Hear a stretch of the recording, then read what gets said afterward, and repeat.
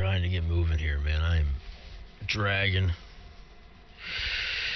Yeah, well, I stayed up until after the game because I wanted to hear what the post-game show had to say about how ridiculous they've been playing. I wanted to hear what the manager had to say, and so I stuck around a little bit later than I probably normally do,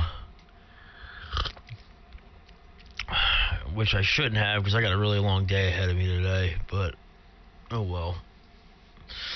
I got that radio breakfast this morning. I don't know if I'm going to go. I haven't decided yet. Because, like I said, I'm going to have a long day, so I got everything done here at the house, prepared for my son to arrive at 11:30, but the breakfast is at 7, get done probably around 8.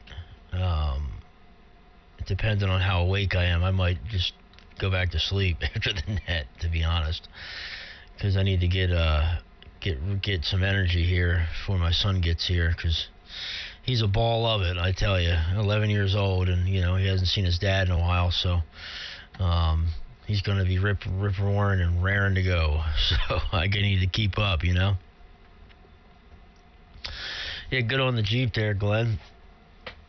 Yeah, see, that's the thing. We working on cars for a living. I never, ever had the motivation to work on any project vehicles outside of work. I just never have. I've always wanted to, always like, man, it'd be cool to build a car, a hot rod, or, this, that, and the third, because obviously I have the skill set to do it. It's just, working on cars for 8 to 10 hours every day for the last 20 years, the last thing I want to do when I get home last thing I have motivation to do when I get home is work on something else. I would like to do it, but I just don't have the motivation to. Maybe if I had a shop, a big garage, like a shop, like a pole barn like you have, Dad, it would be a different story. But I'm not going out and working on the street and working on my back after I get home, from having a lift all day, that's for sure. So, all right, we'll keep it moving up to, I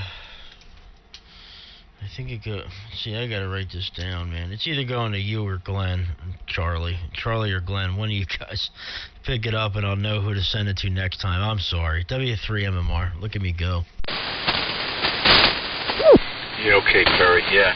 Hey, maybe push in the clutch there and get some Z's before your son comes and, try to recharge the NiCads there. But anyway, yeah, sounds like you're going to have a good time there. That's good. And having him come up and so on. 11, wow. Yeah. Well, maybe you ought to go out with him and pick out an old junker classic car or something, and then you can fix that up, and when he's ready to drive, he'll have a classic car if there's any fuel left. But anyway, sounding great this morning here, Perry, and Frank also. But yeah, the chassis done, the engine from the air cleaner down, everything is been done.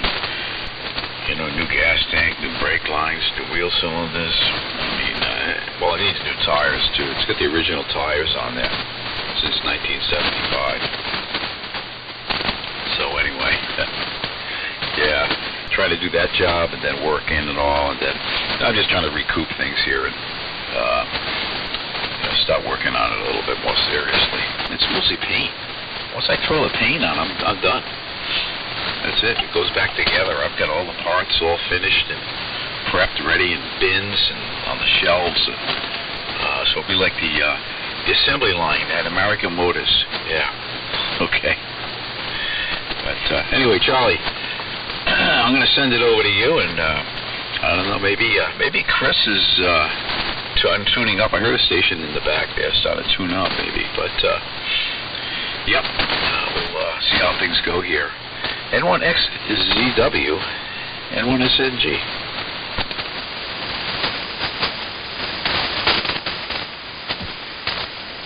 Okay. N1SNG, N1XZW.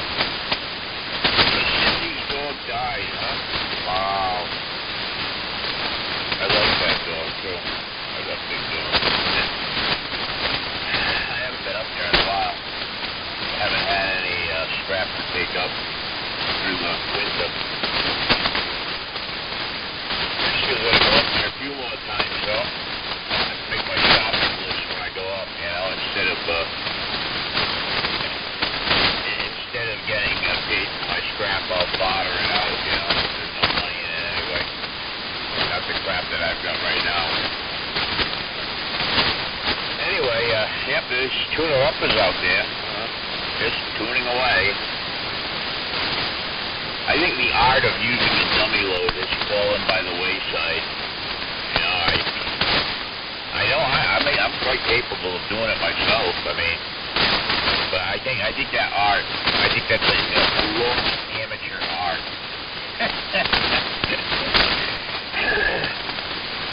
Anyway, maybe Chris only thought he was going to get up and do that this morning. Maybe his mind said he was, but his body said he wasn't. I don't know. It's approximately, wait a minute. Let's get out the accurate clock. Well, it's approximately a minute and a half to that time. So, if he's not here by now, he's not going to stop the net on time. AJ1G, are you out there, Chris? N1XZW.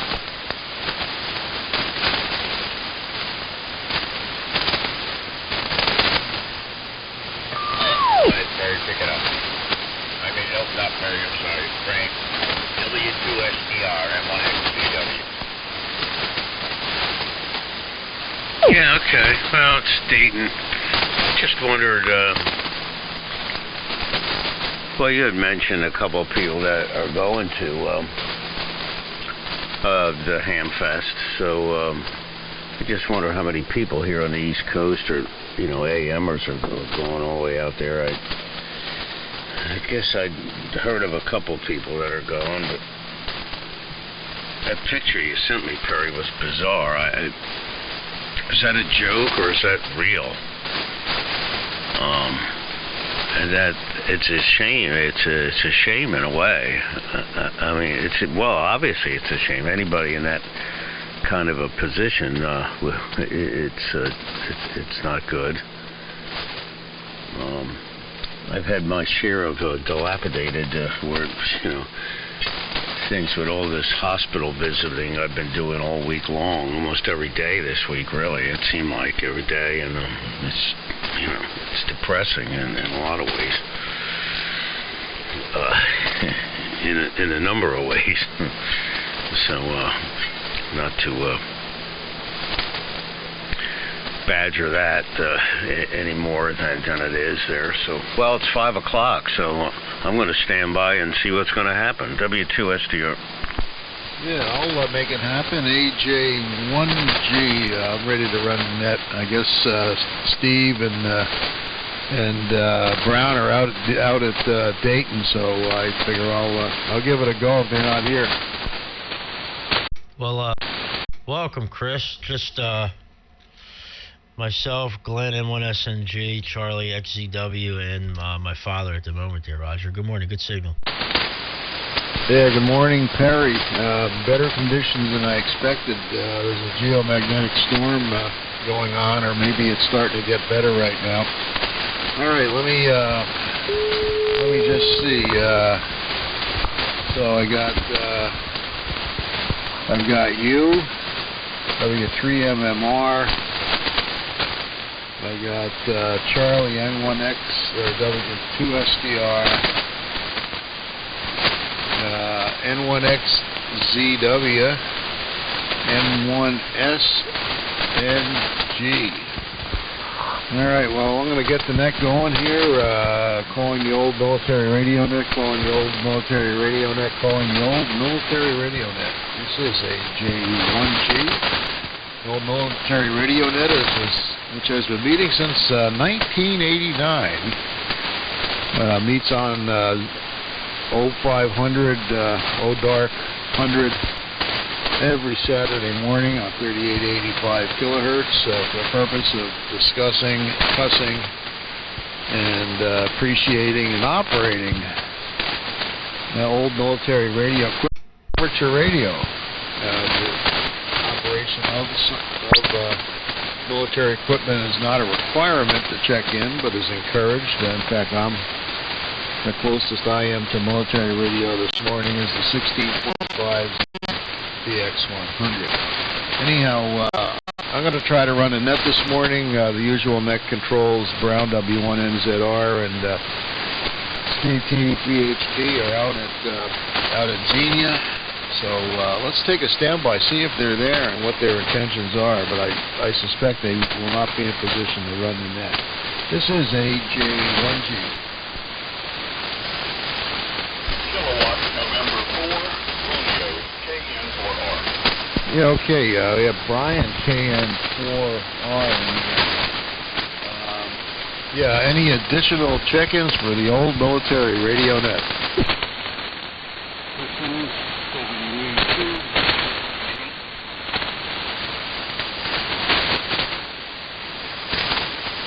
Okay, we got you, Joe, WA2EJT. Any additional check-ins for the old military radio net?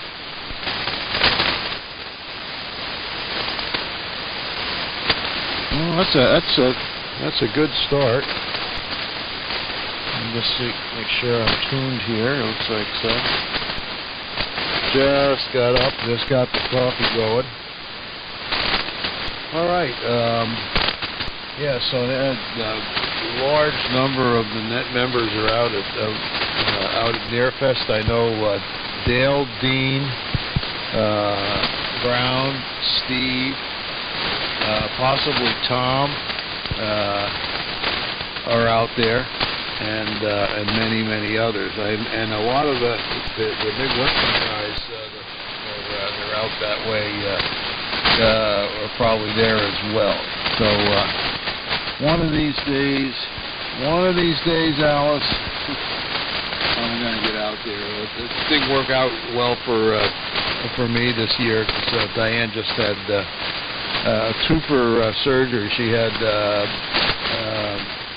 right wrist carpal tunnel and a repair to her pinky on her right hand, which was, she's had a lot of arthritis with, and she just had that successfully on Wednesday. So this was not a good week to go out. So, although we had a very nice day yesterday, we had a day trip over to Little Compton, Rhode Island, the remotest corner of Rhode Island. It's so far away from the rest of Rhode Island, you have to go through Massachusetts to get to it, unless you take a boat. Anyhow, I guess there's another roundabout way through Newport, but we always go through Fall River, right past the Battleship Reserve. Anyhow, let's start the rotation. Got fairly good conditions this morning. We'll go W3MMR,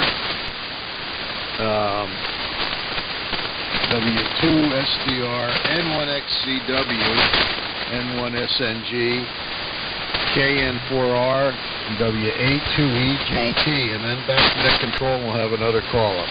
So go ahead, Perry. Beautiful signal this morning. W3MM4, AJ1G. Yeah, AJ1G in the old military radio net. This is W3MMR. Good morning, Chris. Thanks for running the net here this morning in the absence of the other guys who are out at the Hamvention. And good morning, Glenn, Charlie, Brian, and Joe, EJT there. Man, good to hear you boys this morning. Good signals all the way around. A little crunchy in there, but everybody's well above the QR Nancy here this morning. Just on the SDR, Apache Labs Anon 7000 DLA, because I am recording the net here this morning, so you can... it should be up by this afternoon, so you can search Old Military Radio Net and today's date, and you should be able to find it by the end of the day today. So that's the story on that. Dad, that picture was not a joke. That was the actual line to get in Dayton. I sent my father, a friend of mine, I came across a picture on Facebook last night on a Hamfest group of the line to get into Dayton. And it was probably the most depressing photo I think I've ever seen for this hobby in my life. Literally, there was a line of about 30 rascal hover-around scooters with guys that were,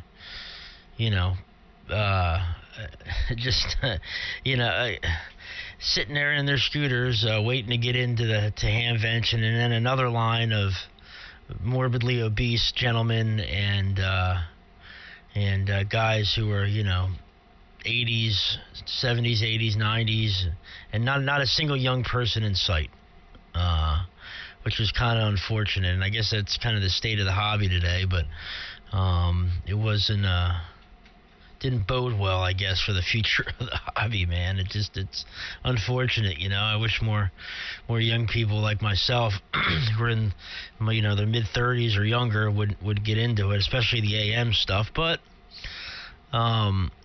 we got to make the best of it, right? But we're all here this morning, man. Good to hear you guys. Great signals all the way around. Big weekend ahead for me. My son's flying in today at 11:30. He'll be here. Got to go pick him up at Philly International at 11:30 there, and he'll be up here for the next month or so. Memorial Day weekend next weekend. I rented a condo down in Wildwood, New Jersey, down at the shore for 5 days. And really looking forward to that. A little bit of a vacation. Took some time off of work here for on Memorial Day weekend, and can't wait for that. So it's going to be a busy next month here for myself, but nevertheless, really looking forward to it. So we'll keep it moving. Over to you, Pop, over in Jersey this morning. Over on the clean side of the bridge, as they say. W2SDR, in the old military radio net. This is W3MMR. W3MMR in the group, old military radio net. W2SDR. Well, good morning again, everybody. Good morning, Chris. Nice, beautiful signal here this morning. Here at the top of the heap so far, but band can be changing around. Well, I hope everybody that is attending the Hamfest is happy that they've been there and that they're having a good time and worth the trip and a safe trip. So, more power to them. I've never been to that Hamfest. Most likely won't go ever, but you never know. But most likely not. I don't know. I enjoy my local Hamfest. Hamfests are pretty much the same no matter where you go. One's not that much different than the other. To travel, I guess, 1,000 miles, I probably would desire more of an amenity-type trip or a vacation rather than a flea market to drive 1,000 miles or fly 1,000 miles to go to a flea market. I would have to be, at least for me anyway, maybe just a little bit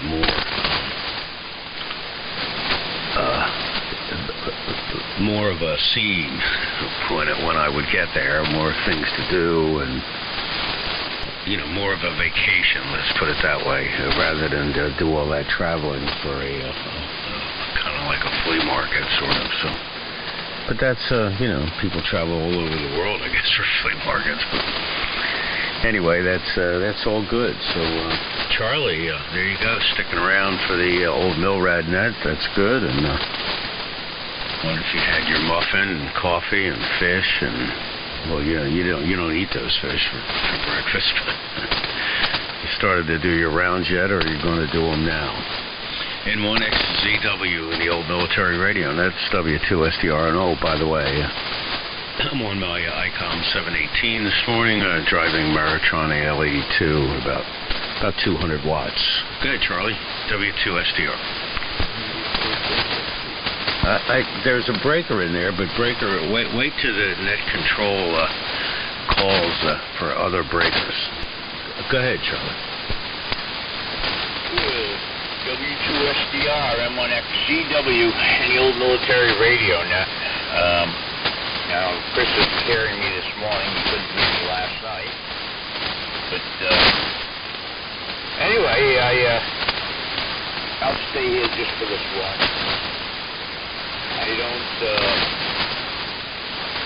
I don't stop my thing at 6 o'clock, Frank, but I didn't put any bird food out yet, so it is starting to crack some dawn out there, so I will go put some bird seeds out for the apple bird seeds out. Sunflower seeds out for my cardinals. They're the ones I care about in the morning, the cardinals. This time of year, I don't think they have a lot of natural food. It's kind of like, they like big seeds and stuff, and they're ground eaters, not really bug eaters. So, with all the birds that are around here, stuff from last year's cleaned out, and the fresh stuff hasn't really developed yet, so. The early morning birds, the cardinals, and you can tell they really struggle for food because they're up at the crack of dawn looking, and they're the last birds to leave in the evening. Sometimes they fly out of here and you feel that they're going to have a hard time finding their way home. It's so dark out. Anyway, nothing military here. Same old. The Johnson Ranger into the FL 2500. And let's see. I don't know. I guess I wasn't paying attention. I was doing something over here. Oh, yeah, okay. I know who's left of the four that started here. That's Glenn. N1SNG. Yeah, okay, Charlie. N1XEW, N1SNG, and the old military radio net. Yeah, go down the birds. Yeah, you got to keep them fed, man. It's pretty dry out there right now, but yeah, we saw a few in here the other day. Nice bright red out there, and the finches are coming back. Hummingbirds, I didn't see any yesterday.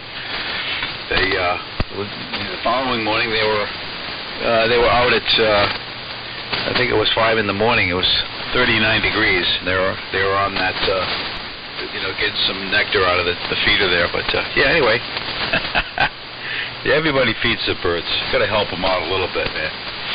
Yeah, especially the hummingbirds, man. They fly several thousand miles, to get to the U.S. here, and then they stop the whole process. But anyway, only good fun. Help them out. And again, good morning to Chris, HA1G to DX100, sounding good this morning. I'm glad Diane made out okay. I know you were. I talked about that prior to her surgery. And my wife has also had that carpal tunnel surgery, and highly recommended. A lot of pain and discomfort, prior to the surgery. It seems to remedy things pretty good there. And with the technology today, it's amazing what they can do. Yep. So anyway, yep, Charlie, the dog. I remember that. I think it was like a bull mastiff and a Rottweiler or something there.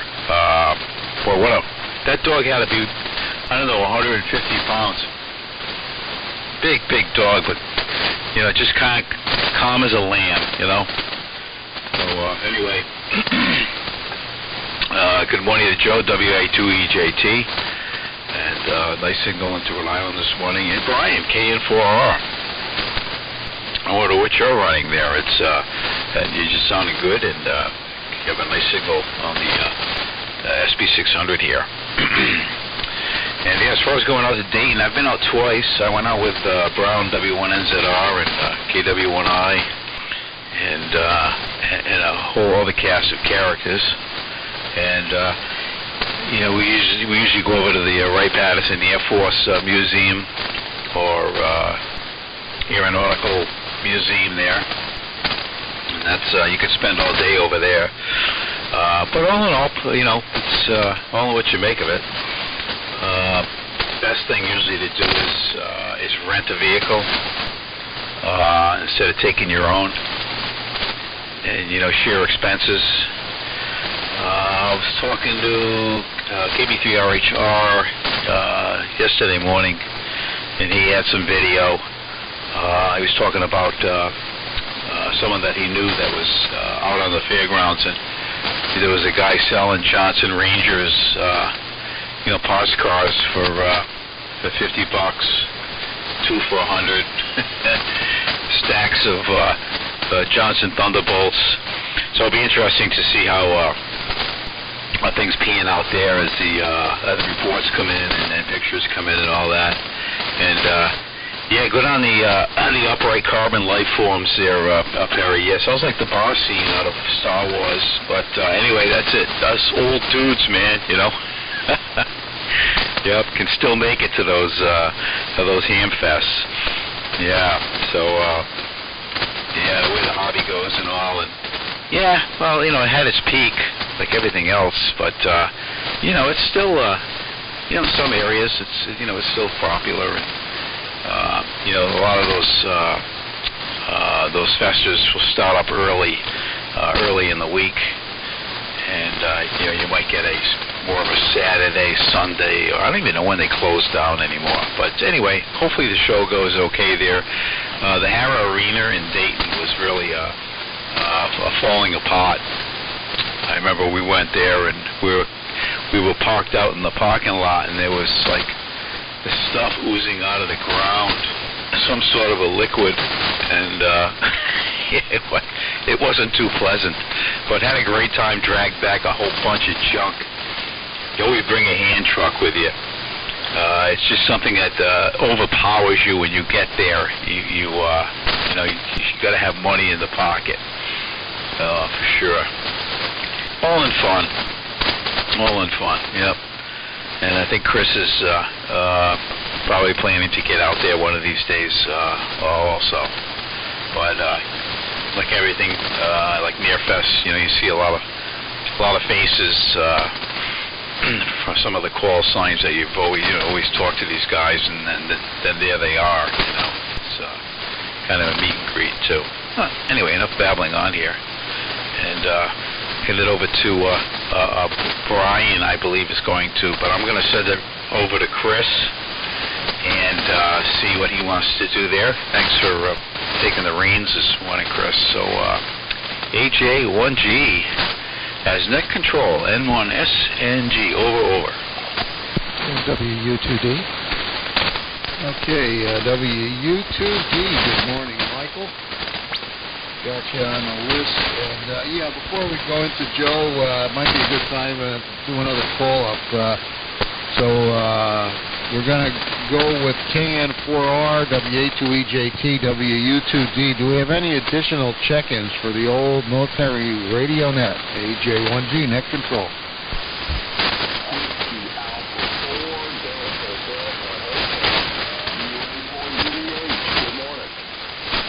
And good morning, Bill, WA4DDH, got you on the list. Any additional check-ins for the old military radio net? W0JZG.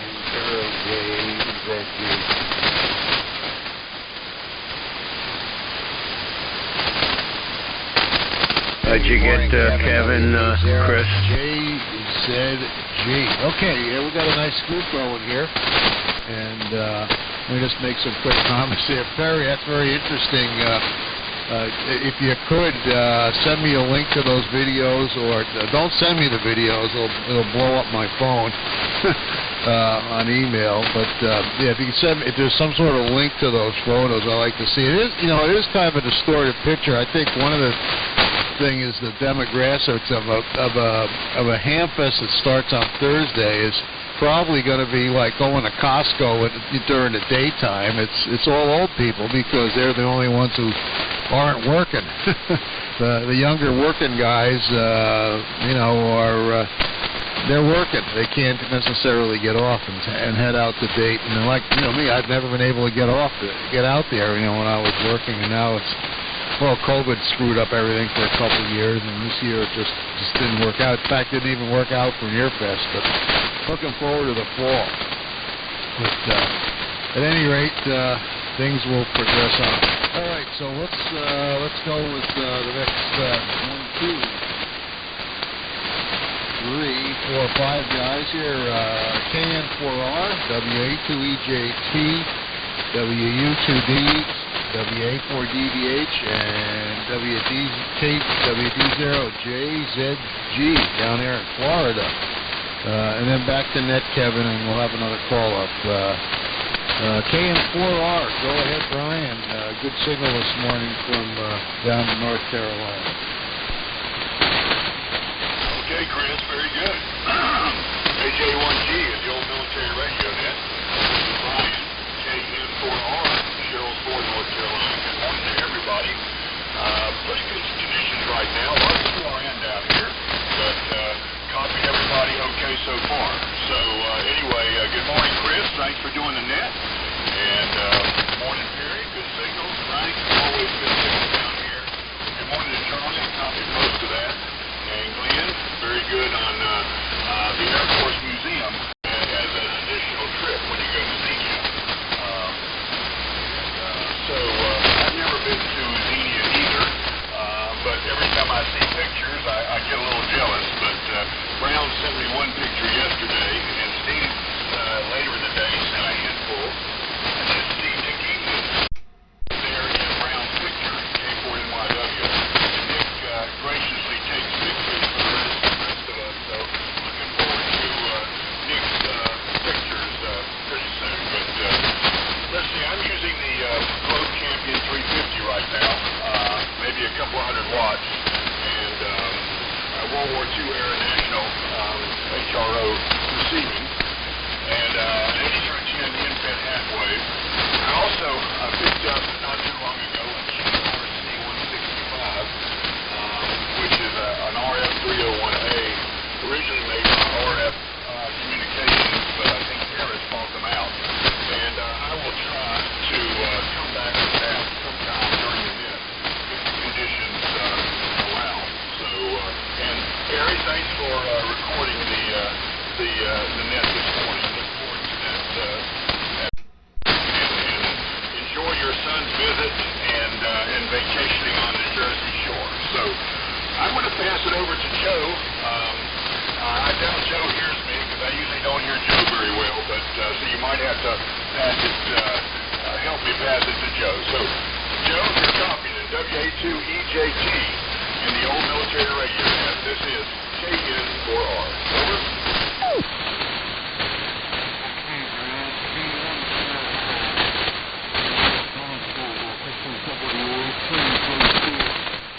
Got 100% copy this morning, Brian. Very nice to be able to actually hear you. It's a difficult task typically between us, I know.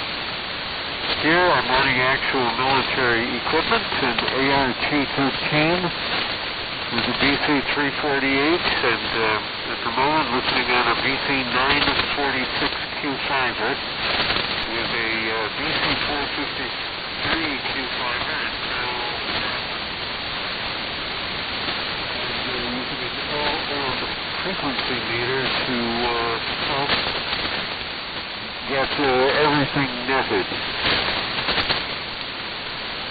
Chris, thank you for running things. I'm not sure how long I'm going to stay, but I thought I'd give it a try this morning, see if anyone was on here. Brian, I'll be interested in hearing your military equipment there.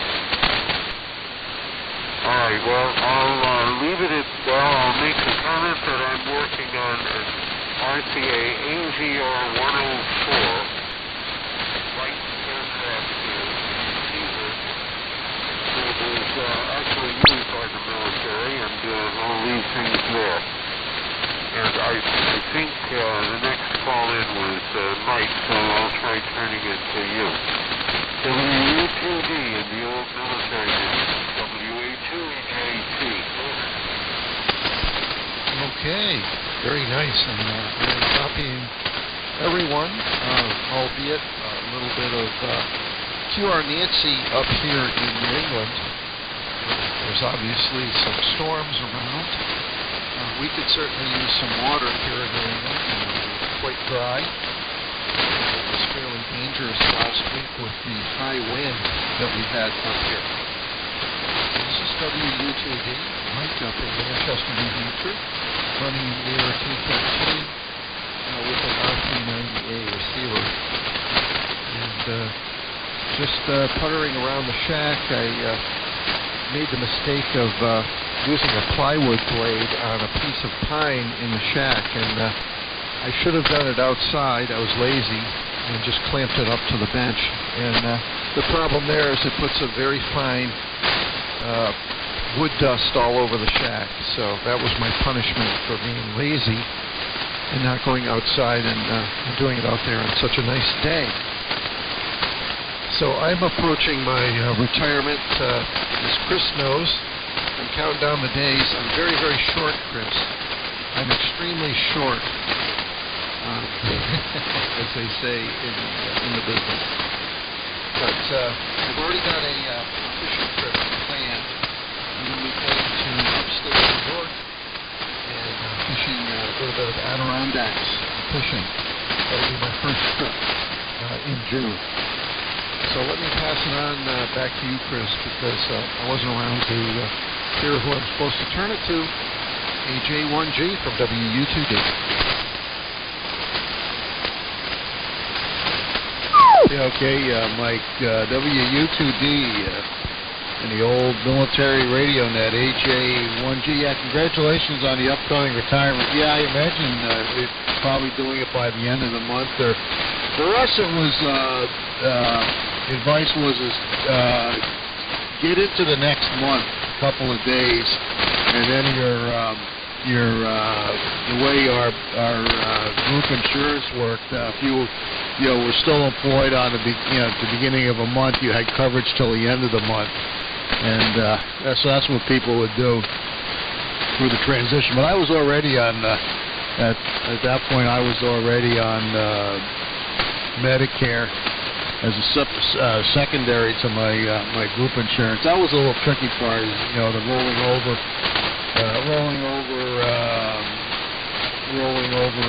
to primary Medicare, and then picking up a secondary policy, and then which has worked out quite well with Blue Cross Blue Shield. We've had that the entire time, and it's worked seamlessly. And the other thing is getting the pension going. That's something most of the younger people I know that, probably in the last 15 years or so, they have not been getting pensions, which is a shame. But that's just the way the world works now. Once the dam broke, one major employer stopped providing pensions. They all stopped providing pensions, which is too bad. But we got one here, and I'm very thankful for it. Anyhow, let's see, we've got 2 more stations to go, and then we'll have a call up down to Bill, W84DDH, and then WB0GZG. They're both down south, but we are here, and I've got an auxiliary SDR up to help me copy. So down to you, Bill, W84DDH, and then turn over to Kevin, WD0JZG, and then back to net, and we'll have another call. We have a rotation.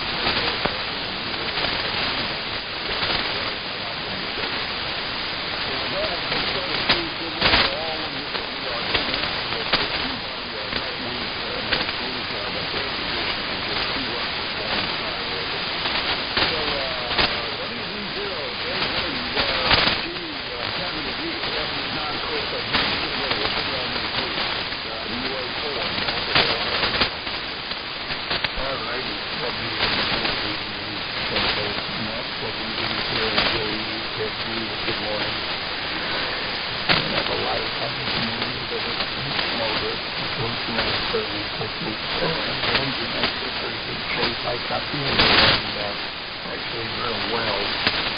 Did have like he's got to come in here. He's repaired. He said I made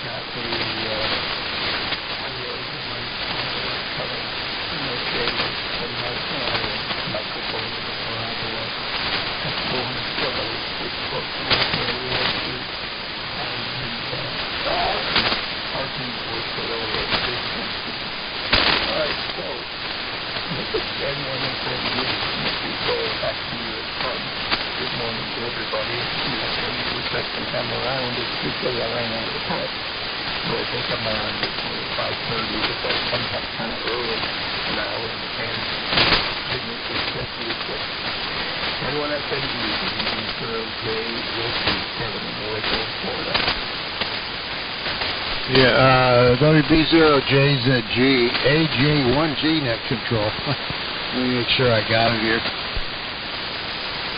Okay, I'm going to take a quick call and see if there's any additional new check-ins, and we'll get them on the board and then go to the top of the list. Any additional check-ins for the old military radio net?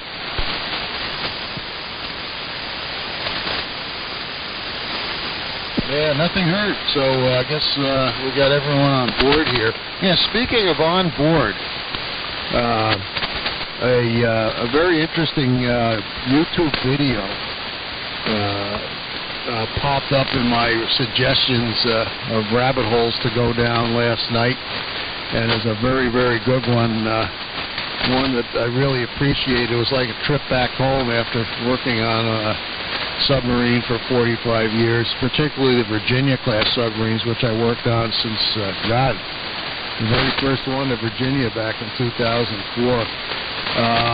There is a video out on YouTube. Search for USS Indiana Submarine Tour. Use those search words. The USS Indiana apparently was recently in Port Everglades, Florida, and was open to the public for tours, and a video crew of some sort came in. I don't know if it was a private guy or what, but some guy named Joel did it. It was very, very good, and the tour was actually provided by the commanding officer of the submarine. It was very, very cool, very detailed, and the video quality and the production was very, very good. But you got to see a lot of cool stuff of what the latest and greatest, U.S. submarine is like on the inside, and very, very cool. It's about a half hour or more long, and I highly recommend it. You want to entertain yourself on what state-of-the-art submarines like on the inside. And you even get the feel, climbing up and down the hatches and everything else. The guy had I guess he had a GoPro camera on his head or something, and he was going up and down the hatches. So you get that experience. Anyhow, let's go another round two, and the rotation will be W2, W3 MMR. I don't know if Frank's still here, W2 SDR, N1XZW, N1SNG, KN4R, WA2EJT, WU2D, WA4DBH, and WD0JZG, and then back to net, and we'll pick up some, see if there's any additional check-ins. Go ahead, back to you, Perry. W3MMR, and yeah, if you could send me a link to those videos of the entrance to Hamvention, I'd like to see it. W3MMR and the Old Military Radio Net, AJ1G. Yeah, AJ1G. In the Old Military Radio Net, this is W3MMR. You okay, Chris? Good copy. Yeah, I sent you an email. I sent you the picture. Just a picture of the line to get into Dayton, but I did send it to you. It's some people are thinking it's not even real. That's how astonishing it is, but it's real. So I did send you that in your email, so let me know if you got it there at some point, or just a reply back on the email would be fine.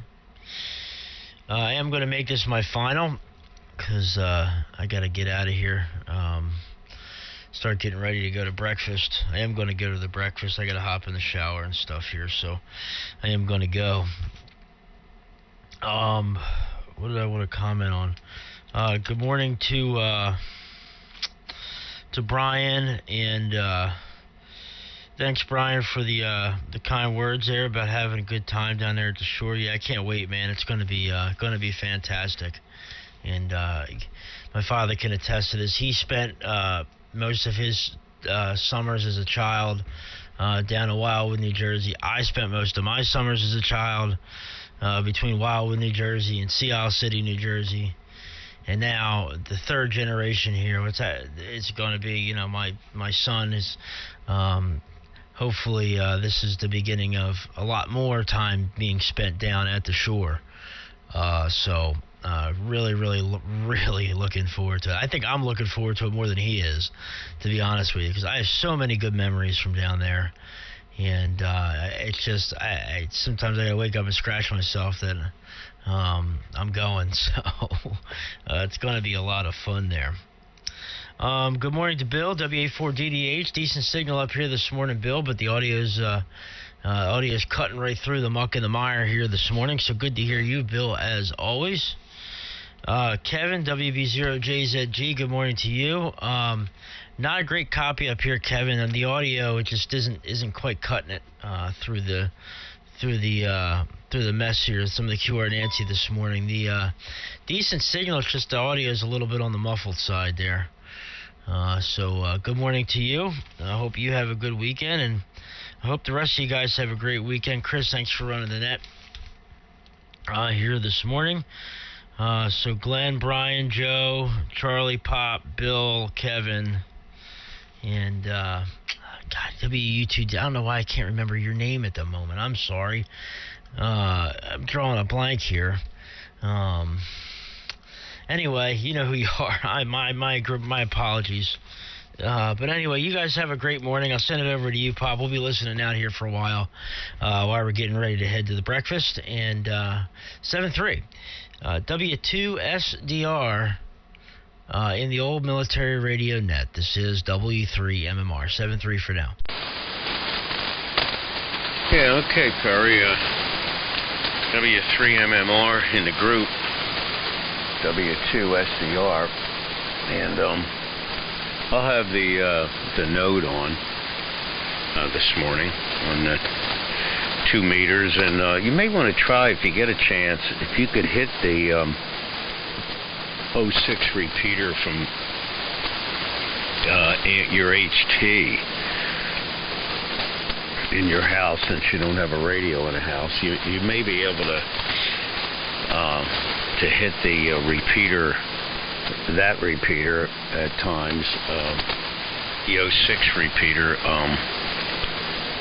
with an HT, maybe.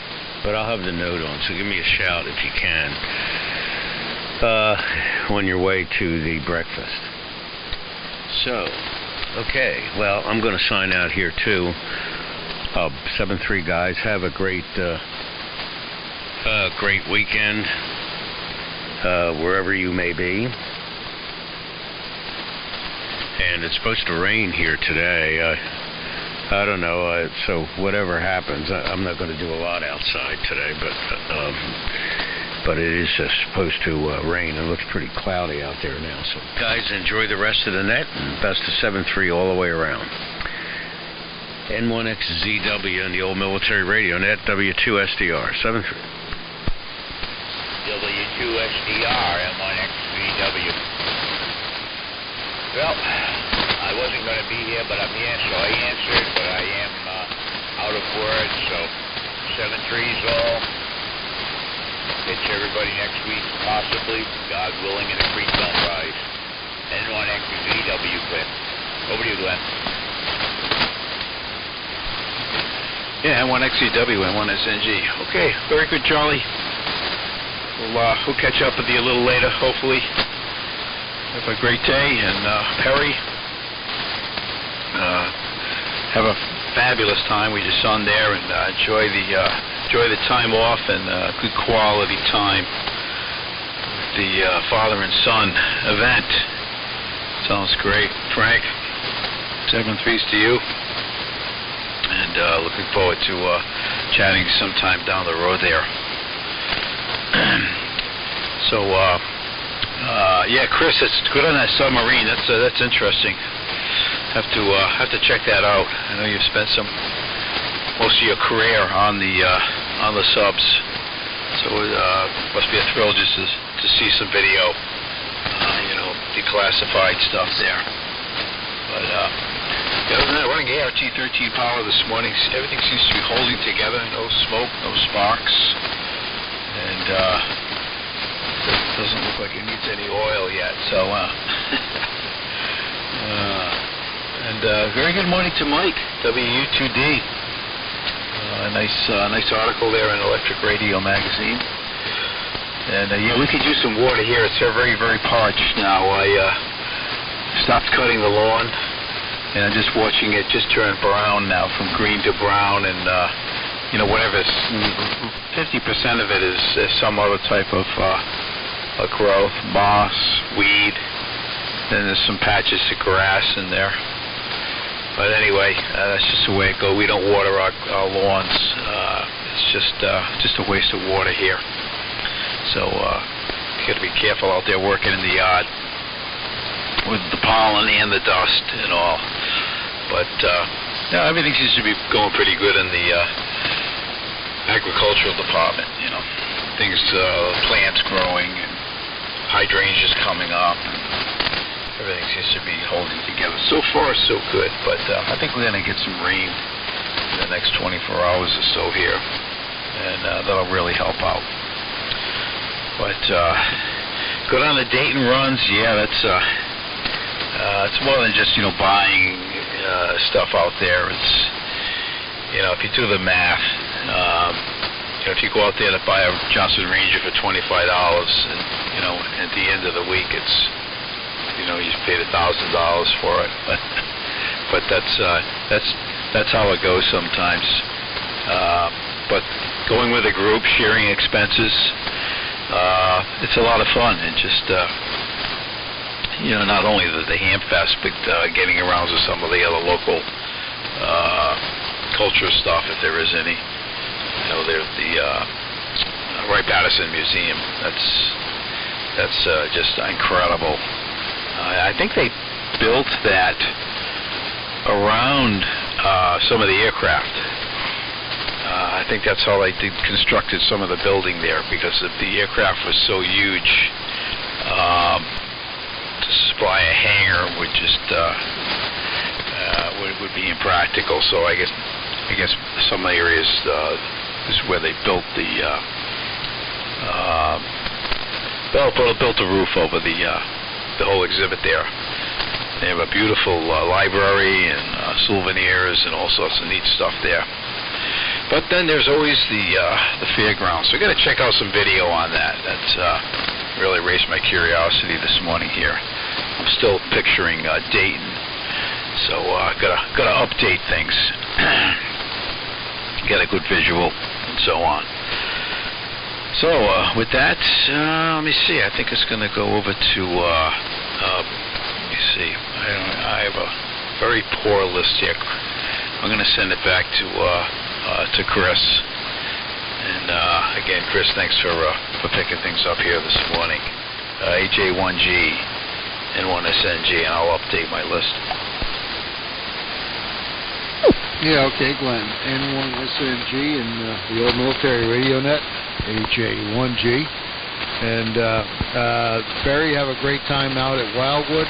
Sounds like you're not, I was going to ask you if you're bringing any radio gear, but I guess not. But maybe you have an HT that your dad was mentioning, a repeater to pick up. Yeah, it's really nice having a little HT. My son gave me an FT65 last fall for my birthday, and that is very handy. A lot of times I'll use it if I'm out fishing on a beach somewhere. I can hit the westerly repeater and like I'm right next to it, and that keeps you company. And I'm talking to people while I'm fishing. That's pass the time. Yeah, I went out twice yesterday. Yesterday morning to Barn Island boat launch, and last night down to the river here, just east of here, in Stanton Weir State Park, right on the Pawcatuck River. It was a beautiful night for fishing. Had a great night fishing, but no fish showed up. Not for me or anybody else. There were quite a few other people down there. This is the time of the cinder hatch, the cinder worm hatch, are these little sea worms that come out of the mud in the salt flats and things like that this time of year. And the stripers love them. It's like candy to them. In fact, there's an article in this on the water fishing online magazine I get that there was a huge striper kill either out on the Cape, I think it was out on the Cape Cod, and they determined looks like the probable cause of this number of stripers that washed up on the shore was they literally ate themselves to death on these cinder worms, and I guess they plugged them up or something. They all went away. Yeah, this is a good time of year for fishing, and you get nice long hours, early sunrises, great sunsets, no bugs. I was down at the river and not a bug to be seen, and but I had a nice time. Set up some new rigs for drifting live bait and things like that. Got them going, and very relaxing. A very relaxing day. We spent most of the day earlier going over to Little Compton to a plant nursery over there. Glenn, I wonder if you ever been over there to Peckham's Nursery, right off the main drag down there, Middle Line Road, or whatever it's called, that runs right down to Sakonnet Point, just above Sakonnet Point. Beautiful spot, and they have a really nice selection of stuff. We kind of loaded up the Volvo with it, and had a very nice time. There's some nice shops and restaurants and stuff over there as well. But bring money. A cup of coffee and a cookie cost me $9 in this little trendy little bake shop they got there. But it was a good time. Anyhow, let's see. We're going to go down the list. KN4R, WA2EJT, WU2D, WA4DDH, WD0JZG. So back to you, Brian. I think they're running several hundred watts there. What was that setup you're running again? KN4R and the old military radio net, AJ1G.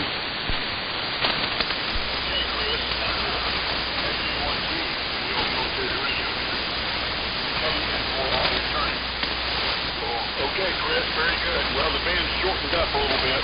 I copied most of what you had to say, but conditions are kind of going downhill here. I wanted to say good morning to Mike, nice signal, and enjoying some of your videos on YouTube, Mike. And Bill, if you're still listening, WA4DDH, your 32B3 sounded really good up here. And good morning to Kevin as well, WB0JZG. So, and Chris, very good on your two fishing field trips yesterday. And the cinder worms down here. It sounds like good bait. My brother-in-law is visiting here, trying to buy a house in the area. He went couple of catfish.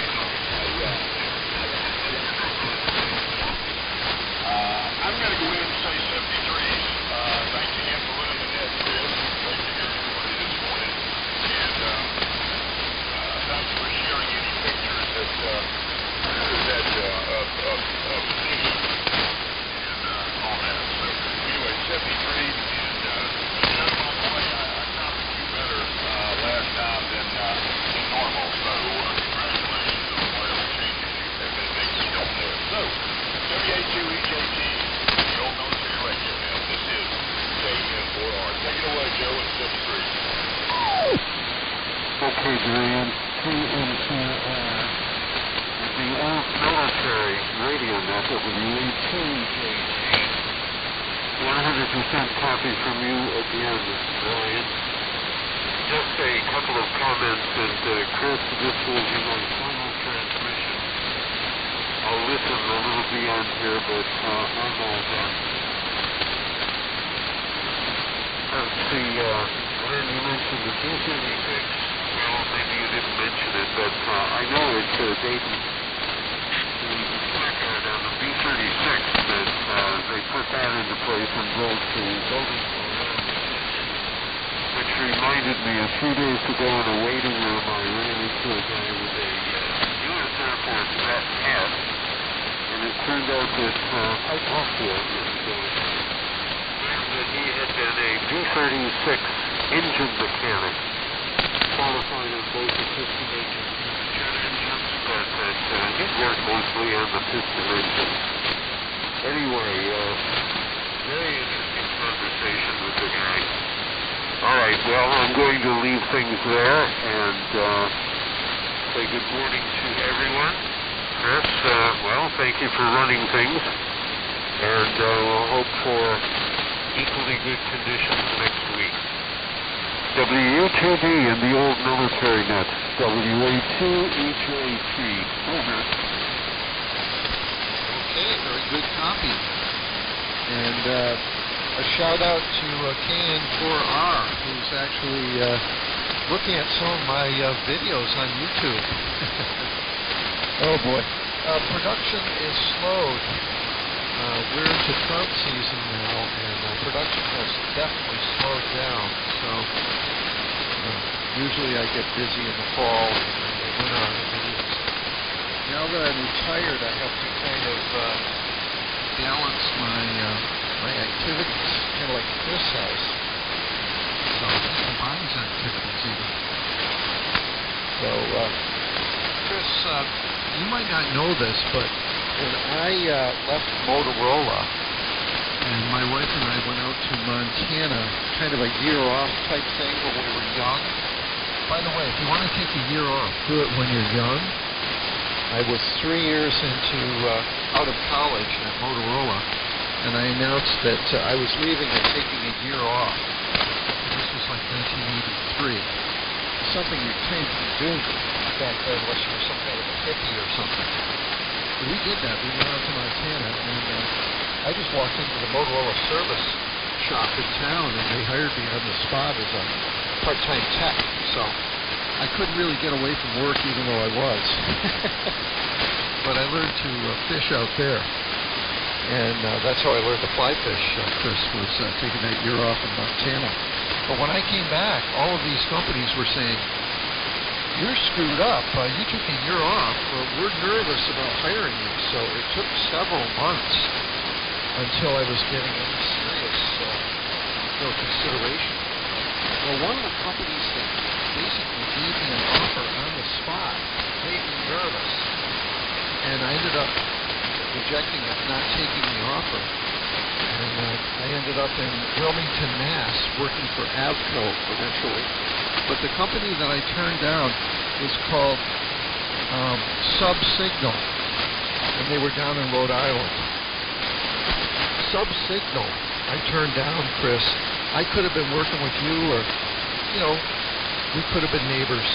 But I guess it was just kismet that we'd run into each other on the air and have the same interests. But yeah, I had an offer. I was ready to start down there in Rhode Island and move my wife out there, and we would have been Rhode Island people. How do you like that? So let's see. I am supposed to turn it over to WA4DDH. I hope you can copy. This is WU2D.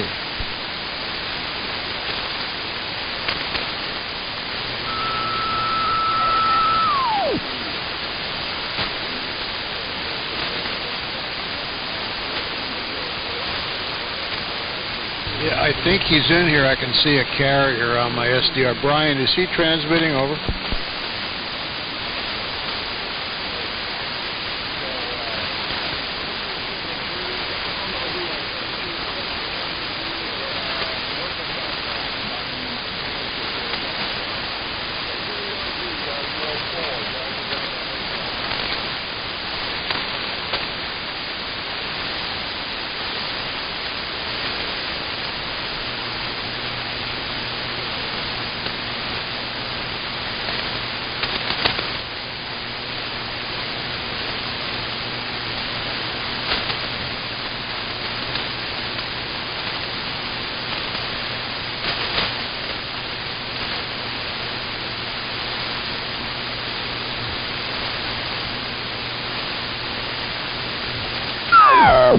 I think we've lost Bill. Is anyone hearing Bill, AJ1G?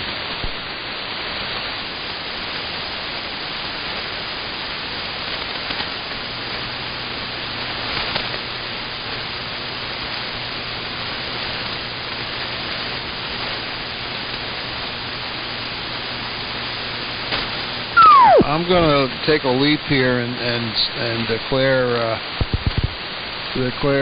Bill abducted by aliens, or by at the very least the propagation. Kevin, WD0JZG down there in Lakeland, Florida. You still with us, Kevin? Over.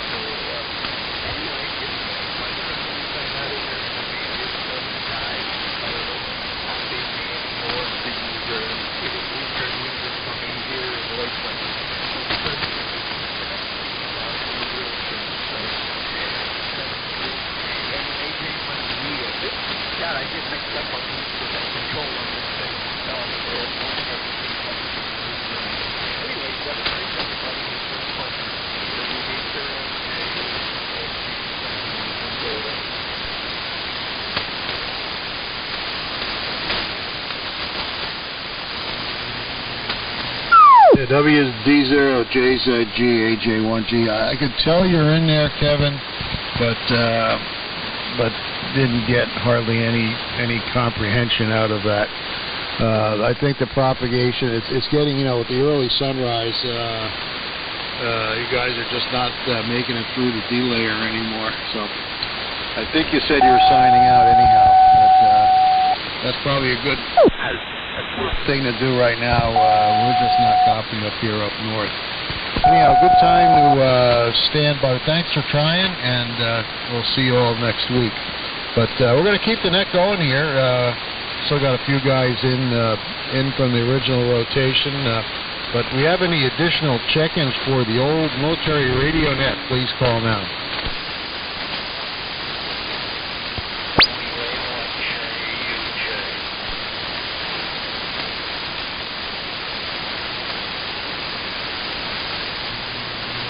Morning, Kevin. Haven't heard you on the net in a while. WA1JUJ's got you. Any additional check-ins for the old military radio net?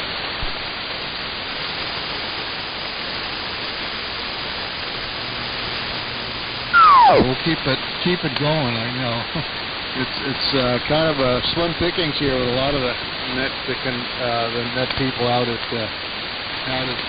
Xenia. So Kevin, WA1JUJ, and then we'll go down the rest of the list here. It's going to be WA1JUJ, N1SNG, KM4R. Hopefully Brian was still hearing you down south, and WU2D, and back to me. Go ahead, Kevin. WA1JUJ, AJ1G. What's up? AJ1G, WA1JUJ. Hey, Mike, Chris. Here's the most great interview for Western Mass. Having a little bit of trouble with the stations down south. Hey, good morning, everybody. He's here for one shot. I'm pretty busy with outside projects, and then out on the West Coast for a while to see the grandchildren. So hopefully they didn't miss much. Not too much radio stuff going on here. Just concentrating on outside projects right now. I'm still on the ICOM 746, and about 50 watts my antenna. Still have the Unit 301 running on the side. So I'm going to keep it short, Chris, and just say hello to everybody. This will be one and done, and I'm going to be listening now. AJ1G, this goes over to Glenn. N1SNG, WA1JUJ. WA1JUJ, N1SNG. Good morning, Kevin. Nice signal down into Rhode Island this morning. And the air conditioners are a little iffy here. Also, I did hear W0JZG there, Kevin. I guess Kevin's going to be absent next week. I think that's what he was saying there. But anyway, got a good day to you, Kevin. A light copy, but heard you in here this morning. And Chris, no, I have not been over to that nursery over there. We usually do the farmer's daughter, and there's a few others, but my master gardener neighbor's been giving us so many plants, we really don't have to go out and buy anything. He says, you come over, help me dig it up, and we'll split it in half, and that seems to work out pretty good. So we're just about at full capacity here. There's a few other landing strips available, but right now I wouldn't want to be planting, at least here, just because of the drought conditions. But the water barrels are in place. They're both full. We've been tapping off of those, and a lot of new growth coming up in the, especially with the rhododendrons. They're really the amount of blooms are just incredible this year. They're basically on the way, starting up. So there's going to be a lot of color out in the front yard for sure. As far as the radios, I've been working on the R390A. The function switch is just not at 100% yet. I've got to move it around a little bit. It goes intermittent standby.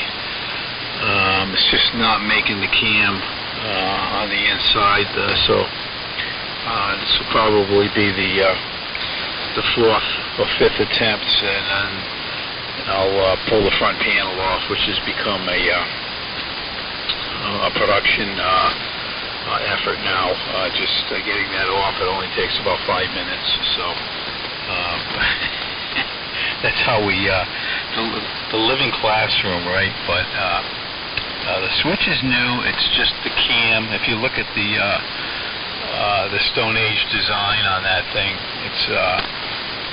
it's very, very fussy, and depending on existing condition and all, sometimes you have to shoehorn it one way or the other to get the contact on there. But anyway, we'll figure it out. We've got a plan in place. It's just a little bit aggravating sometimes when you go to turn the R390A on, and you get to the standby area, and it should be coming on, and it's not, and so on. So that's what makes this hobby so interesting. There's always something that it needs a little attention, or just upgrading, as you go, make it a little bit better than what it was. But I'll say the R390A, that's been on the table for over probably 12 years, and when you figure out, probably I turn that on about once a day. It's got a good cycle life on the switch, so even if I have to buy a new one, it wouldn't be such a big deal. But the way the prices are on ePay and all that, I think when it's all done and over with, it probably costs me about $50 or something like that, and the shipping is more than the switch itself. Like a little switch, and they want to charge you $15 to ship it. But hey, they're trying to make their money, availability, and how much you fall in love with the gear, and keeping it going. It's kind of a transplant type of operation. You need a donor, and they're out there, but sometimes the insurance doesn't cover that. But anyway, we're going to get it over to Brian. I believe that's where it's going this time. And Joey, JT, nice signal, Mike, and Bill, W4DDH, has, when he checked in, he had a pretty decent signal also. All light copies this morning. But anyway, I believe there's some solar event that might be coming to an end soon. So we'll try getting it over to Brian there. If not, Chris, pick it up, and maybe left rudder or something, we can get this thing going. K4R and 1 SNG, over.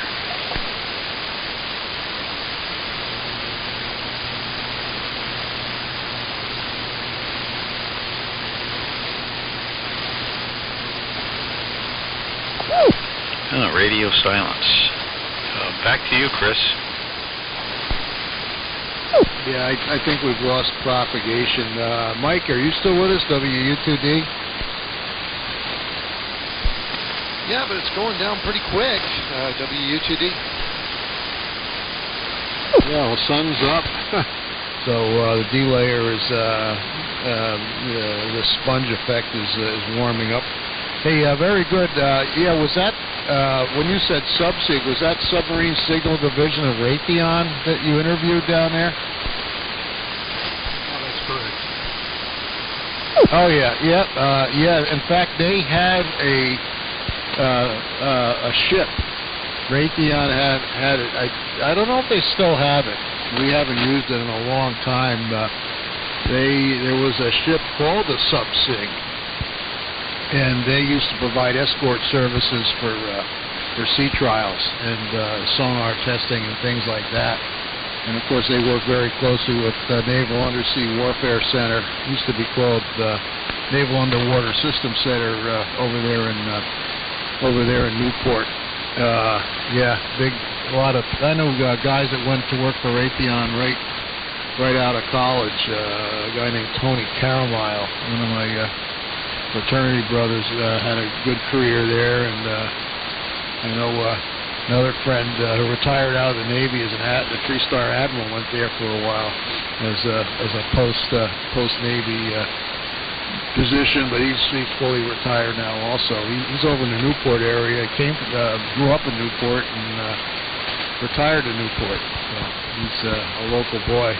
Married his high school XYL. They went all over the world on his various assignments. Japan, various places in the United States. They moved a lot. They moved a lot, as opposed to us, who we haven't moved once since we got, the only move we had was we were in Saratoga Springs for a couple of years when I first got married on a field assignment. And I worked on the SHG reactor prototype up in West Milton, just north of Albany there. just west of Saratoga. That we moved up there and moved back, and that was at the company was part of the deal. They paid to move you up, they paid to move you back. And interesting on your sabbatical, your early career sabbatical. That's interesting. And I was just too busy to. It's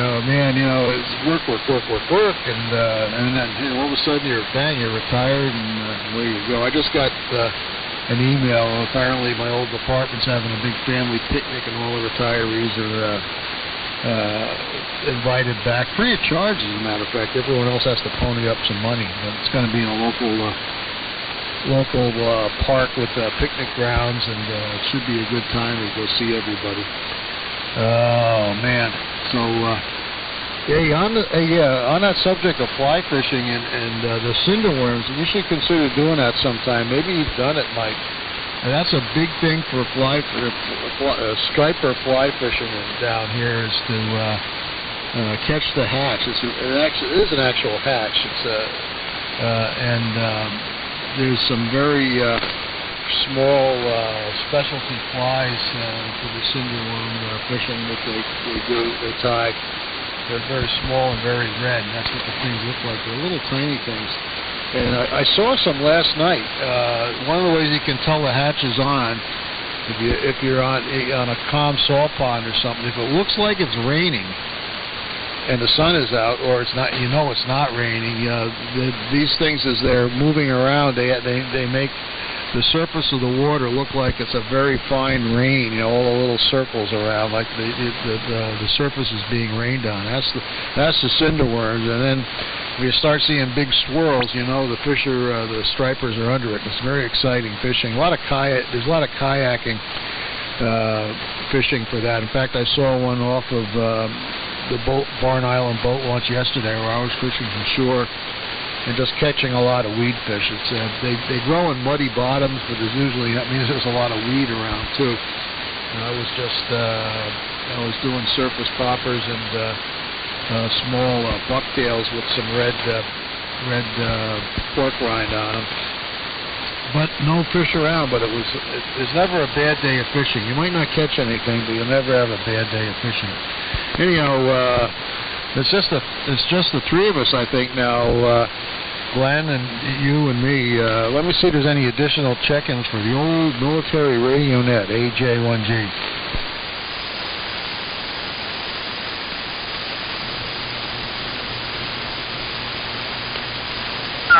Hey, Glenn, we'll just go chat mode here and see if anyone else shows up.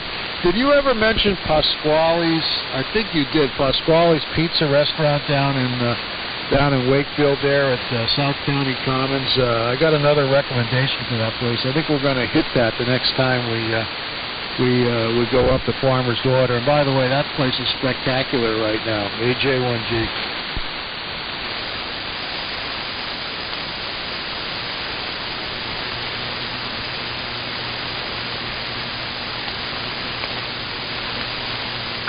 Maybe we lost Glenn for a coffee run or something. Yeah, Mike, so you ever done, ever fished the cinder worm hatch? No, I haven't. It's WU2D in Manchester, New Hampshire. I have fished the eel hatch, though. Those little eels that are typically between 4 and 5 inches long, and they go in these little schools. And I've fished those, but it's been quite a while since I've fished the salt with my fly rod. And I remember in the old days I used to go out to Monomoy, and we would wade out at Monomoy. We'd have somebody drop us out there. And I don't think I would do that anymore, wading waist deep in the ocean with the bigger fish that want to eat me. Over. There's a lot of white sharks out there now. Yeah, that's kind of crazy that people do that, and yeah, don't go out there at low tide. Do it on a dropping tide so the conditions only get better. Yeah, that's fun. Yeah, a lot of sand eels and things like that. I'm gonna try drifting some. A lot of the breachways down here, especially at night. Drifting live eels or even ones that came out of the freezer. And I had one eel that I think it made I don't know how many round trips to the freezer, and it still survived. But, yeah, live eels at night are a good thing to do. I was mostly casting surface poppers and the old wooden Gibbs Dannies. They're a swimmer. They have the metal lift plug, semi-surface plug. They just wiggle themselves back. Those are pretty good too. But I haven't caught a striper yet this season. The last one I caught was back in late October off the beach at Charlestown, and that was a nice fish. But it's all about the pursuit, you know. It's in fact this guy John Skinner is a very good does a very good series of fishing videos. The way he's like he's probably a lot more prolific than you these days. He puts out a video a week or so. John Skinner, fishing channel. Mostly, he's retired now. I think he was a physicist at Brookhaven, and he has a dark matter series of nods he's developed. But anyhow, he's retired now, and he does videos from Florida in the winter, and he just got back up north, and now he's on the North Shore of Long Island, so a lot of his videos are very applicable for our situation here. Very good videos, and he has quite a few books out on surf casting and fluke jigging and things like that. Anyhow, any additional check-ins for the old military radio net? I don't want to turn this into the fishing net. AJ1G.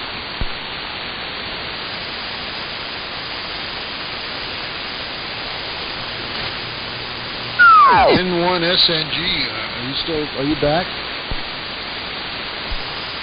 Yeah, AJ1G, N1SNG. Right in the saltwater fishing net. That's okay, Chris. Any conversation's good at this time. And yeah, the fishing and the choice of bait, and I think everyone that saltwater fishes has their own favorites, lures, line, spot, and that was interesting on the striped bass there, gorging themselves to the end there. Anyway, I wonder if that's any parasites in there at all. They probably did a marine fisheries event on that one, but in any case, yeah, good fishing, and my neighbor up the street, his trotter boat's still up on the stands. I think he's waiting to get that in. I know he had some work done on it. He always paints the bottom and all. Irish jig, the Point Judith, that general area there. Beautiful. I forget the name of the boat. They come out of Maine. They're kind of custom built. You see a lot of them in the calendars. You know, that utility. A workboat look, but yeah, his very nice, and he does a good job in the chartering business there. And stripers are big, and of course, you know, there are restrictions and how many you can take and size limits and all that. But that's what it's all about. And I haven't saltwater fished in probably 30 years. Can't remember the last time I went saltwater fishing. I got all the gear for it, but it's probably all rotted away. I had a custom rod made. This would be Erickson's up in Warwick. I had a custom saltwater surf rod, and an ultralight made up, matching and all that with the Penn reels, and back in the day, a little more active in the fishing department. A lot of friends had boats and things, but time marches on. But I don't think you're that far from the Stonington point there, and parts that you do go fishing there. But I don't know if the herring run is over now, or if that's the mackerel or whatever. But I remember years ago. I saw Wickford Harbor at one time. It was just like a soup of fish, and you could actually hear the bluefish, breaking the water. I mean, it was just a massive feeding frenzy, and I don't know if that's still at that level, but now it's more of an osprey's delight. They really feast down by the waterfront, especially in Wickford there. There's a lot of feeder brooks and fish ladders, that do help out a little bit, but they don't get the attention that they should. The environmental management, things are in such disarray. Years ago they used to keep the rivers and streams open. They would clear out any overgrowth and all that just to keep the waterways open for the herring and all that, so they could make it to and from. And it just doesn't look too good out there right now. And if you go in and you try to clean out anything, it's you're disrupting the normal act of nature and all that, which is not in existence anymore. I know the Indians, legend has it, they used to clear out all those paths where the fish would come up and so on, because that was their part of their staple, for existence. And they would make sure the fish got up there, and they spawned and provided future fish supplies. So, but anyway, it's a great way to go down and just relax. And like you have there, Chris, having your radios on board there too. So I wonder if you've got any mobile ops in lately, or you've just been too busy doing other things. And last time I talked, you mentioned about your heat pumps being installed, and I think there was some sort of they were putting in surge suppression or something, kind of a protection circuit in there. But hopefully, that event's all done and over with. But anyway, I'll send it back to you, Chris. I was just coming around the corner. I had to go out to the back room and pick up a few things, and I didn't get how many people are left here, but it's like you're coming in much better than you did earlier when you started the net, and appreciate you running the net. And there's probably others out there just listening, like maybe Will over in Jamestown, or I think Will went out to Dayton also. But in any case, it's good, when you're down here on the South Coast or wherever, just to hop, skip, and jump from the salt water, fresh water. A lot of opportunities out there to have some fun. And Chris, I don't know if you have or have to have a saltwater fishing license, or just a piece of paper. I don't know what the benefits are of being over 65, so I might want to fill me in on that. AJ1G, N1SNG. Yeah, N1SNG, AJ1G, the old military and fishing net. It's kind of turned into that. That's okay. Maybe we should have a fishing net. There's a lot of fishermen out there. There's one guy, I think it's Dave, K1I's, or M1IZI. That guy he's a really hardcore. He makes plugs. If you go on his QRZ page, just picture the entire, racks of plugs hanging in the basement of his shop, I guess, in his shack. He's real hardcore striper fisherman out there on Cape Cod. We've had some nice fishing conversations. Yes, I do have. I have been doing a lot of combined radio and fishing. Sometimes the radio gets in the way of fishing, and I spend too much time on the radio, and I don't fish enough. I'll miss some good times. But It's always a good time. Yeah, I've been on 40 meters a lot. 40 meter AM in the afternoons, and then in the evenings, almost every night I've been working Dave, Golf Zero EBY, who got a tremendous signal here into the East Coast at night. He has like a 5-element beam. I think it's 5 or 6. He has these gigantic 80, 40 meter beams that I think it's all on one boom. He hangs it on a crane. He has it constructed. He lives on a farm over in Worcestershire, and he literally, I think he raises and lowers it every night to operate. Has this antenna. Maybe he leaves it up if it's not going to be bad weather, but the antenna's up over 100 feet. Imagine a 5-element beam on 40 meters pointed at the United States. It's I mean, he gives me, and I believe him, like 20 over 9 on my mobile signal. He hears my mobile signal, absolutely no problem. Usually down on 7140 in the evenings in that neck of the woods, the lower end of 40-meter phone band.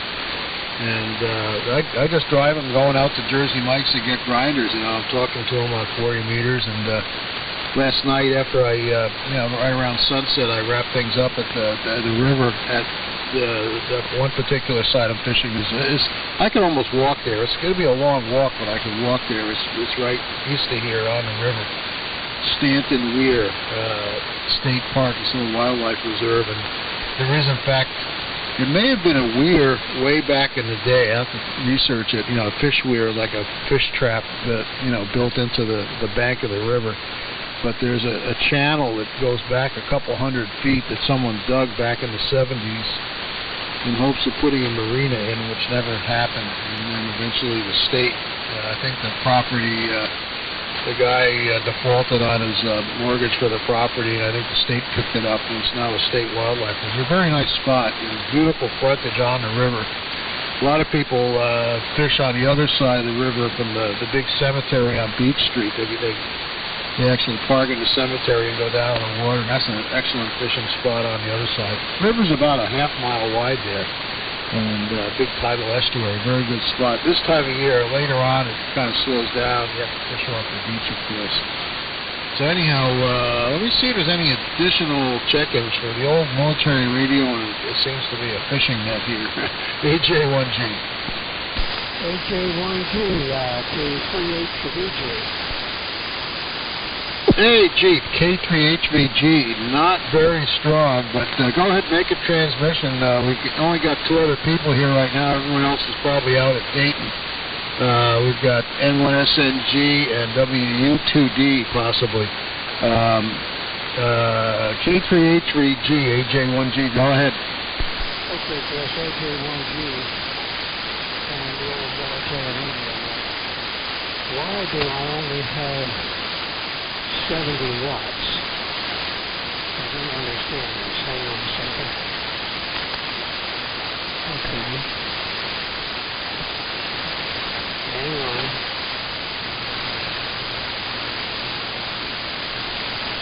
Okay. Let me adjust things here. All right, this should be a little bit better. K3HVG, Frederick, Maryland. All right. Anyway, I got up very late. I'm just kind of coming down off bronchitis, as some of y'all know. And Chris, appreciate your comment there vis-a-vis ERT13 power. I looked at my schematic, and indeed, those are switched together. I just assumed. But as I mentioned, every once in a while, with my other system, the high voltage fuse would blow, and nothing untoward happened. And I looked in it, and in the schematic, in the low power mode, the tune position, whatever it is, I'm on commercial here right now, it puts a 47 ohm resistor, I believe, in the screen lead. But with the stacking of the supplies, in a low power, I'm just not sure what high voltages apply to the PA. The dynamotor is a compound winding, ground 400 and then 1100. and they kick off the 400. Well, anyway, the long story is, I guess all is well with the world. I guess everybody's at Dayton, as you mentioned. I've not been there since 1986, and I have the decal to prove it.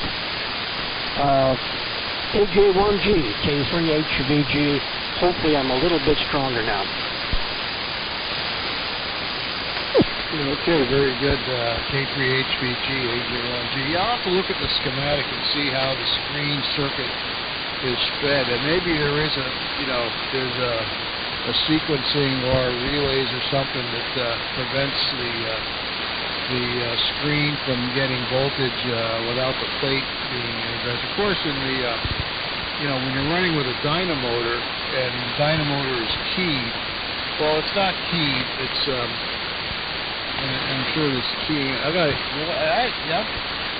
gotta think about how in CW mode is it cathode keyed or is it grid block keyed?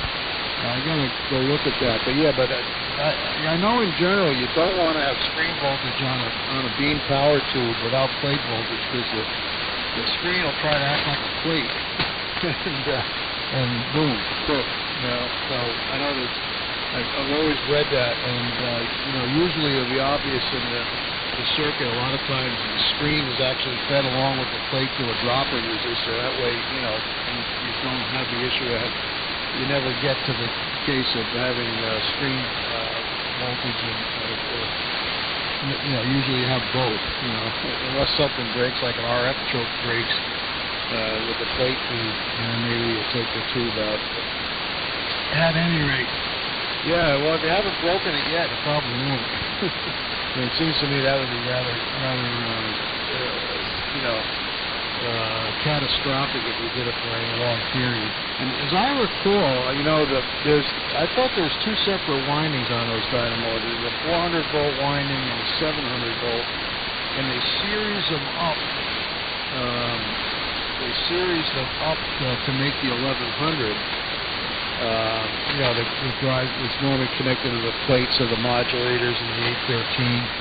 And I think then there's that barometric switch that cuts the power back by cutting the high voltage back. And I think what they do there is they cut the 400 volts out of the circuit, and you're only operating at 700 volts on the plate with the barometric switch engaged.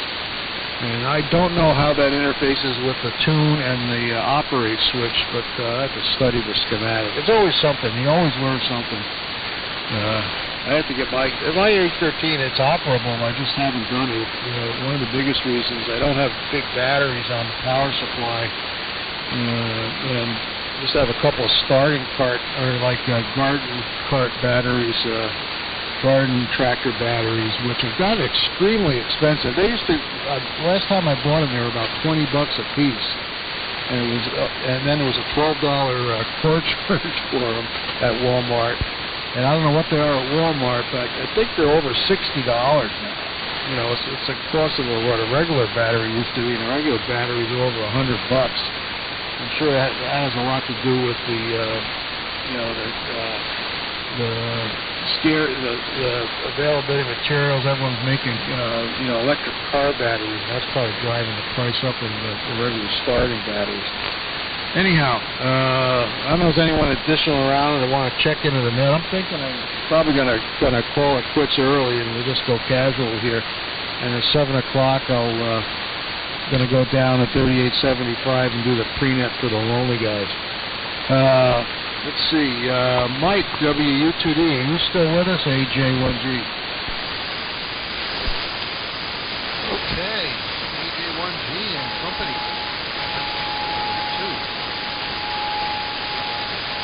Chris, you and I would not be good fishing partners. I have a whole different philosophy on fishing than you do. I would rather go fishing twice a year catch fish than go 20 times and not catch fish. So it's a totally different philosophy. I very carefully plan my trips, my timing, so that I'm not boiling at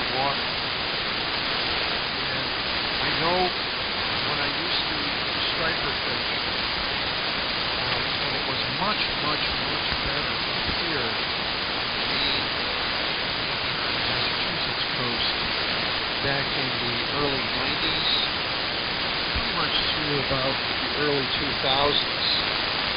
And then it just went down. And of course, it's all related to, the Bay, Chesapeake Bay fishery. It goes in cycles. But we have a lot of fish that were juvenile size to catch on fly rod quite easily.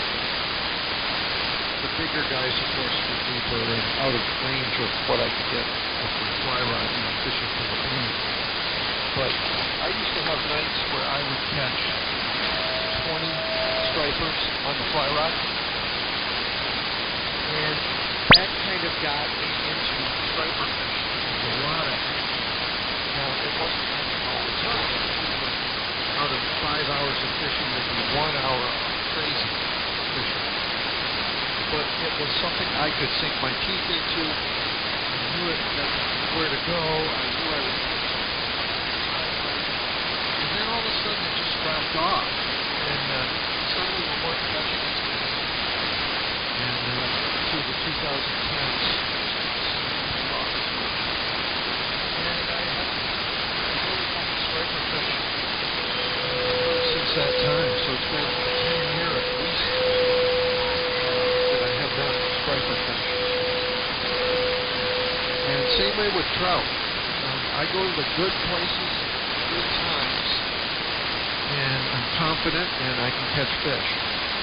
But if I had to say that I had to go every other day or every week, I'd probably be disappointed because I wouldn't be catching this many fish. So there you go, Chris. I really do believe that when you go fishing, you need action. AJ1G for WUTV. I'm the eternal optimist. The places I fish, I might not always catch fish, but there's always, I try to do that. Try to catch the tide right, and some days I just won't go because I know the tide will be wrong. But I always go out with the expectations, and sometimes I get them, and sometimes I don't. But like they say, whether you catch them or not, there's never really a bad day fishing, unless you lose a lot of gear, or God forbid you get a lot of water down your waders or something like that. But I'm trying to avoid doing that too. I don't climb on, like when I first started in a couple of years ago when I retired, again in earnest, I was out on the jetties and at the breachways and stuff, and I don't like climbing around rocks anymore, and it's not safe. I like to do it a little bit easier. I'll do it from banks, do bank fishing, and in channels where I don't have to, walk all the way out to the end of the break wall or anything like that. There's fishing around. The fishing has been pretty good. I think it's started out a very good year already. And there's a lot of fish being caught around here. You just got to know where to get them. Like this guy, John Skinner. He knows the spots, but he's also very cagey about where they are. I'm sure a lot of people know where they are. There's another guy, this guy, Johnny Rigo.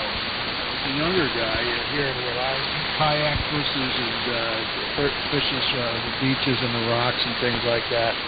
And I've been watching him, and he does a lot of spots. I think I know where a lot of his spots are. He's very cagey about, dropping the shots. But there's a couple of good spots that I'm pretty sure I'm onto him. That's been my goal, is to try to fish them this year. And they're not too far away. And they're not too far away from Glenn either. I'll say that much. Anyhow, I think I'm going to wrap the net up and just hang out here for a while. Mike, I don't know if you've been following a thread on, I think it's on MRCA or ARC-5 about ART-13s. When you're building up an AC power supply for an ART-13, How is the screen of the 813 fed relative to the plate? Do they use a dropping resistor? You know, the concern I would have is if you just hook that up to the floor to the plate supply, you put voltage on that screen without any plate voltage, clip goes the 813, AJ1G. WU2D. In mine, I have two completely separate supplies. The plate supply is just a boost rectifier with 200 capacitors with a variac feeding it. But the screen supply is a big TV transformer with all kinds of capacitance and heavy-duty bleeder on it. It's well regulated. So yeah, I treat them as completely separate supplies, Chris. Over. Sequence the application of voltage to the tube so you don't get to a situation where you've got screen voltage on it and no plate voltage, which usually, from my understanding, is that's a good way to fry the tube because the screen can pull too much current in that situation. Well, that's the way I've done it for years, but I'm not keyed up. I never key it up. So the screen voltage comes up. I have it all on a timer. When I turn the unit on, the filament comes on and the muffin fan comes on. And then after about 60 seconds, the screen voltage and all the low voltage comes up.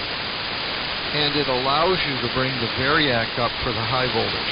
So I've really babied the ART13 in the sequencing of the power. I've had this there since 1992. And I've only lost one modulation transformer because I screwed with a little audio and the feedback and it went crazy and blew up. Well, it really has to do with the TR switching. Do you ever get into a situation where you've got, if you go into the tune mode, where you're actually driving the 813 and you have screen voltage on it but no plate voltage? Or is that voltage for the screen, even though it's into the set, it only gets sequenced through a relay that kicks on with the plate voltage on transmit? No, I don't do that. The way I tune, I use my variac, and I tune up at about 600 or 700 volts instead of the full 1500. So I think what you're saying is and maybe this is why, is you really don't have the transmitter keyed, even though screen voltages might be present on the screen. The tube is not conducting, so to speak. And is that how is that tube switch on and off? Is it grid by design? Is that block grid keying, or how do they key? Is it cathode keyed or what? Oh, I forgot about that. You're right, Chris. This has been modified to a 73 magazine article from the 60s. Negative 450 volts grid block keying. So yeah, I cut the tube completely off. Go. Yeah, I mean, some guy is talking about buying an ART13 and building, and there's discussions about building a power supply for it. I just brought up that subject to be careful not to have a situation where you have the tube actually switched on, keyed on, and you don't have plate voltage on, but you have screen voltage on. But maybe if by default you can get there. But just something I'd be concerned about. And I think you understand what I'm talking about not putting, having a beam power tube having screen voltage and no plate voltage on it, right? Yeah, that's a good way to over-dissipate the screen.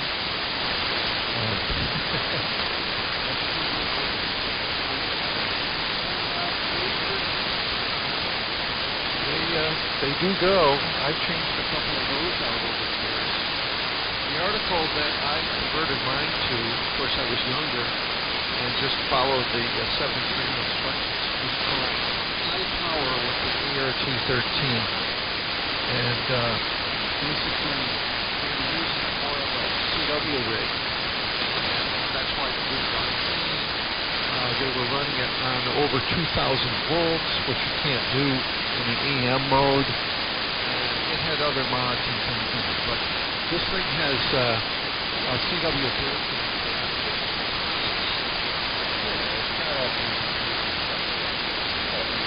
Not necessary with a regular ART-13. So anyway, I'm going to get out of here and get some breakfast. Thanks for learning the net this morning. Really weird ionospheric propagation, that's for sure. It's getting down a little bit. Sunspots were